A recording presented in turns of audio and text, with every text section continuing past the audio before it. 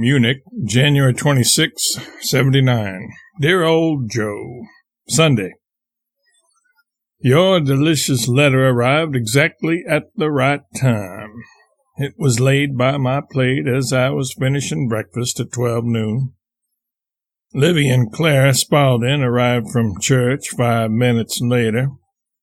I took a pipe and spread myself out on the sofa, and Livy sat by and read, and I warmed to that butcher the moment he began to swear. There is more than one way of praying, and I like the butcher's way because the petitioner is so apt to be in earnest. I was peculiarly alive to his performance just at this time for another reason, to wit. Last night, I woke at 3 this morning, and after raging to myself for 2 interminable hours, I gave it up. I rose, assumed a cat-like stealthiness to keep from waking Livy, and proceeded to dress in the pitch dark. Slowly but surely, I got on garment after garment, all down to one sock. I had one slipper on and the other in my hand. Well, on my hands and knees I crept softly around, pawing and feeling and scooping along the carpet and among chair legs for that missing sock. I kept that up, and still kept it up, and kept it up. At first I only said to myself, "Blame that sock." But that soon ceased to answer. My expletives grew steadily stronger and stronger, and at last, when I found I was lost, I had to sit flat down on the floor and take hold of something to keep from lifting the roof off with the profane explosion that was trying to get out of me. I could see the dim blur of the window, but of course it was in the wrong place and could give me no information as to where I was. But I had one comfort. I had not waked Livy. I believed I could find that sock in silence if the night lasted long enough, so I started again and softly pawed all over the place. And sure enough, at the end of half an hour, I laid my hand on the missing article. I rose joyfully up and butted the washbowl and pitcher off the stand and simply raised hell, so to speak. Livy screamed and said, "Who is that? What is the matter?" I said, "There ain't anything the matter. I'm hunting for my sock." She said, "Are you hunting for it with a club?" I went in the parlor and lit the lamp, and gradually the fury subsided and the ridiculous features of the thing began to suggest themselves. So I lay on the sofa with notebook and pencil and transferred the adventure to our big room in the hotel at Heilbronn and got it on paper a good deal to my satisfaction. I found a Swiss notebook some time ago.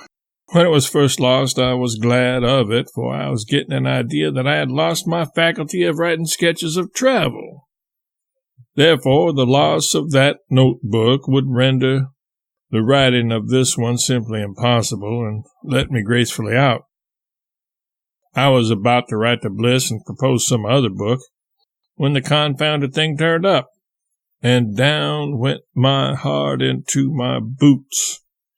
But there was now no excuse, so I went solidly to work, tore up a great part of the manuscript written in Heidelberg, wrote and tore up, continued to write and tear up, and at last, reward of patient and noble persistence, my pen got the old swing again. Since then, I'm glad Providence knew better what to do with the Swiss notebook than I did, for I like my work now exceedingly, and often turn out over 30 manuscript pages a day, and then quit, sorry that heaven makes the day so short.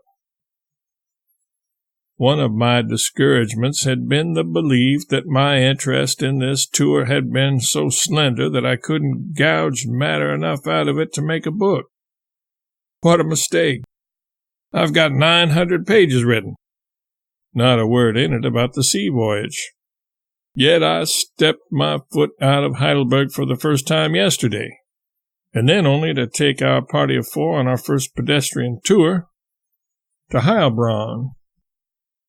I've got them dressed elaborately in walking costume, knapsacks, canteens, field glasses, leather leggings, patent walking shoes, muslin folds around their hats with long tails hanging down behind, sun umbrellas, and alpenstocks. They go all the way to Wimpfen by rail, thence to Heilbronn in a chance vegetable cart drawn by a donkey and a cow. I shall fetch them home on a raft, and if other people shall perceive that was no pedestrian excursion, they themselves shall not be conscious of it. This trip will take 100 pages or more. Oh, goodness knows how many.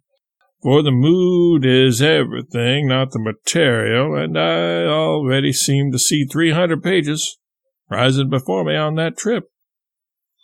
Then I propose to leave Heidelberg for good. Don't you see, the book, 1,800 manuscript pages, may really be finished before I ever get to Switzerland? But there's one thing. I want to tell Frank Bliss and his father to be charitable toward me, and that is, let me tear up all the manuscript I want to and give me time to write more. I shan't waste the time. I haven't the slightest desire to loaf, but a consuming desire to work, ever since I got back my swing. And you see, this book is either going to be compared with The Innocents Abroad or contrasted with it to my disadvantage. I think I can make a book that will be no dead corpse of a thing, and I mean to do my level best to accomplish that. My crude plans are crystallizing. As the thing stands now, I went to Europe for 3 purposes. The first you know and must keep secret, even from the Blisses. The second is to study art, and the third to acquire a critical knowledge of the German language. My manuscript already shows that the 2 latter objects are accomplished. It shows that I am moving about as an artist and a philologist, and unaware that there is any immodesty in assuming these titles. Having 3 definite objects has had the effect of seeming to enlarge my domain and give me the freedom of a loose costume.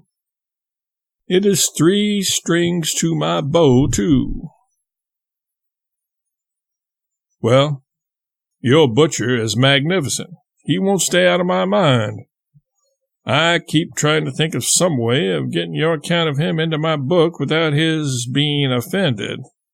And yet, confound him, there isn't anything you have said which he would see any offense in. I'm only thinking of his friends. They are the parties who busy themselves with seeing things for people. But I'm bound to have him in.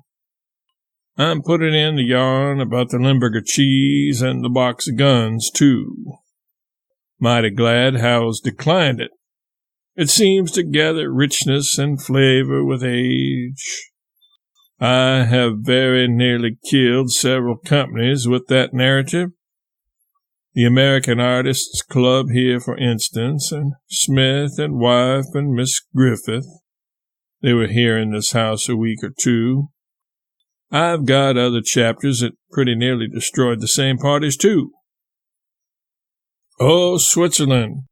The further it recedes into the enriching haze of time, the more intolerably delicious the charm of it, and the cheer of it, and the glory, and majesty, and solemnity, and pathos of it grow. Those mountains had a soul. They thought. They spoke. One couldn't hear it with the ears of the body, but what a voice it was. And how real. Deep down in my memory it is sounding yet. Alp calleth unto Alp.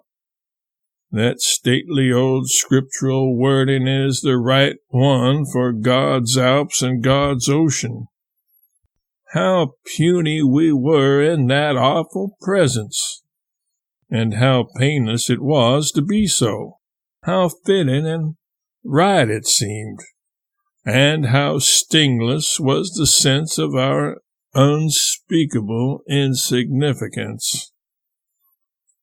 And, Lord, how pervading were the repose and peace and blessedness that poured out of the heart of the invisible Great Spirit of the mountains. Now, what is it? There are mountains and mountains and mountains in the world, but only these take you by the heartstrings. I wonder what the secret of it is. Well, time and again it has seemed to me that I must drop everything and flee to Switzerland once more. It is a longing, a deep, strong, tugging longing. That is the word. We must go again, Joe. October days, let us get up at dawn and breakfast at the Tower. I should like that first rate. Livy and all of us send deluges of love to you and Harmony and all the children. I dreamed last night that I woke up in the library at home and your children were frolicking around me and Julia was sitting in my lap. You and Harmony and both families of Warners had finished their welcomes and were filing out through the conservatory door, wrecking Patrick's flower pots with their dress skirts as they went. Peace and plenty abide with you all. Mark. I want the Blisses to know their part of this letter, if possible. They will see that my delay was not from choice.